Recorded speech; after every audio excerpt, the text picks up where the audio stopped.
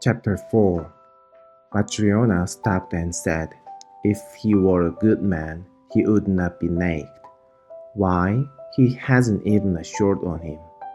If you were all right, you would say where you came across the fellow." "That's just what I'm trying to tell you," said Simon. "As I came to the shrine, and I saw him sitting all naked and frozen. It isn't quite the weather to sit about naked. God sent me to him, or he would have perished. What was I to do? How do we know what may have happened to him? So I took him, clothed him, and brought him along. Don't be so angry, Matryona. It is a sin. Remember, we all must die one day." Angry words rose to Matryona's lips, but she looked at the stranger and was silent.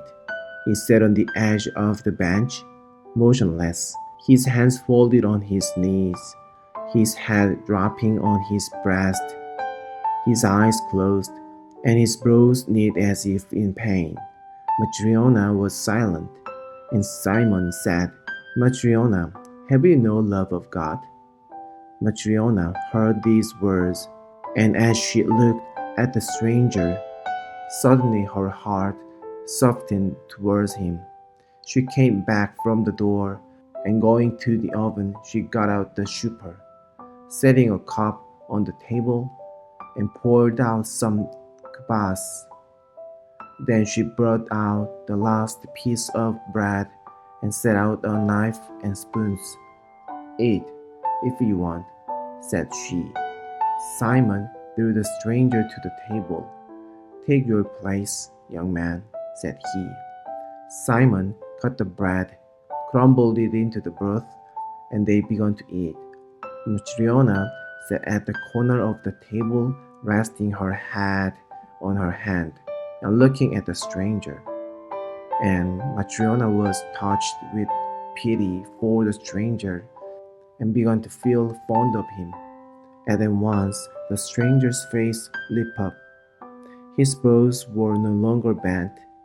He raised his eyes and smiled at Matryona.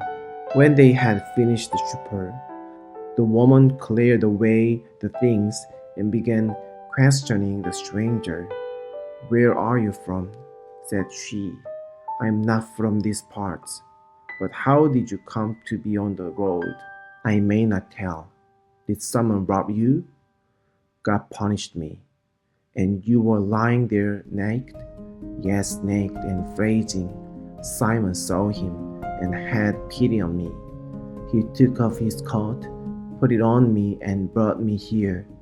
And you have fed me, given me drink, and shown pity on me. God will reward you." Matryona rose, took from the window Simon's old shirt she had been patching, and gave it to the stranger. She also brought out a pair of trousers for him. "There," said she, "I see you have no shirt. Put this on, and lie down where you please, in the loft or on the oven." The stranger took off the coat, put on the shirt, and lay down in the loft.